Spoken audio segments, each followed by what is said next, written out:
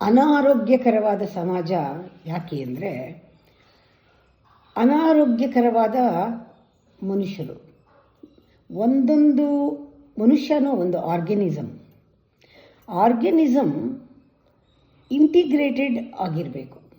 ಒಂದೊಂದು ಆರ್ಗನ್ನೂ ಹೇಗೆ ಒಂದೊಂದು ಸೆಲ್ ಒಂದಕ್ಕೊಂದು ಹೊಂದಿಕೊಂಡು ಒಂದು ಅಫಿನಿಟಿಯಿಂದ ಕೂಡಿಕೊಂಡು ಒಂದು ಅಂಗವನ್ನು ಅಂದರೆ ಒಂದೊಂದು ಅಂಗಾಂಗಗಳನ್ನು ಕೂಡ ಆ ಸೆಲ್ಗಳೆಲ್ಲ ಸೇರಿ ಒಟ್ಟಾರೆ ಒಂದಕ್ಕೊಂದು ಹೊಂದ್ಕೊಂಡು ಕೆಲಸ ಮಾಡ್ತಾ ಇದೆ ಅಲ್ವಾ.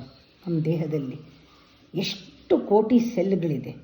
ಒಂದೊಂದು ಸೆಲ್ಲೂ ಹೊಂದ್ಕೊಂಡಿರೋದ್ರಿಂದನೇ ಕೆಲಸ ಮಾಡ್ತಿರೋದ್ರಿಂದಲೇ ಒಂದೊಂದು ಅವಯವ ಕೆಲಸ ಮಾಡ್ತಿದೆ, ಒಂದೊಂದು ಆರ್ಗನ್. ಇಂಥ ಆರ್ಗನ್ಸ್ ಎಲ್ಲ ಇರೋ ಒಂದು ಆರ್ಗ್ಯಾನಿಸಮ್ ಒಬ್ಬ ಮನುಷ್ಯ.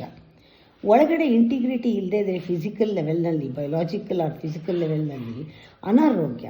ಹಾಗೆ ಮಾನಸಿಕವಾಗಿ ಇಂಟಿಗ್ರಿಟಿ ಇಲ್ಲದೆ, ದೈಹಿಕವಾಗಲೂ ಇಂಟಿಗ್ರಿಟಿ ಇಲ್ಲದೆ, ದೇಹ ಮನಸ್ಸಿನಲ್ಲೂ ಇಂಟಿಗ್ರಿಟಿ ಇಲ್ಲದೆ ಇರೋ ಮನುಷ್ಯ ಒಬ್ಬೊಬ್ಬರ ಜೊತೆ ಸೇರಿದಾಗ ಒಂದೊಂದು ಆರ್ಗ್ಯಾನಿಸಮು ಎಲ್ಲ ಸೇರಿ ಎಲ್ಲ ಆರ್ಗ್ಯಾನಿಸಮ್ನು ಇಂಟಿಗ್ರೇಟ್ ಆಗಿಲ್ಲ, ಫ್ರ್ಯಾಗ್ಮೆಂಟೆಡ್ ಆರ್ಗ್ಯಾನಿಸಮ್ಸ್. ಸಮಾಜ ಅನಾರೋಗ್ಯವಾಗದೆ ಇನ್ನೇನಾಗುತ್ತೆ? ಪ್ರತಿಯೊಬ್ಬರಲ್ಲೂ ಒಂದು ಆರೋಗ್ಯ ಇದ್ದರೆ, ಮನಸ್ಸು, ದೇಹ, emotional health, mental health, physical health, ಆ ಯೋಗ ಇದ್ದರೆ ಸಮಾಜ ಒಳ್ಳೆ ಆರೋಗ್ಯವಾಗಿರುತ್ತೆ.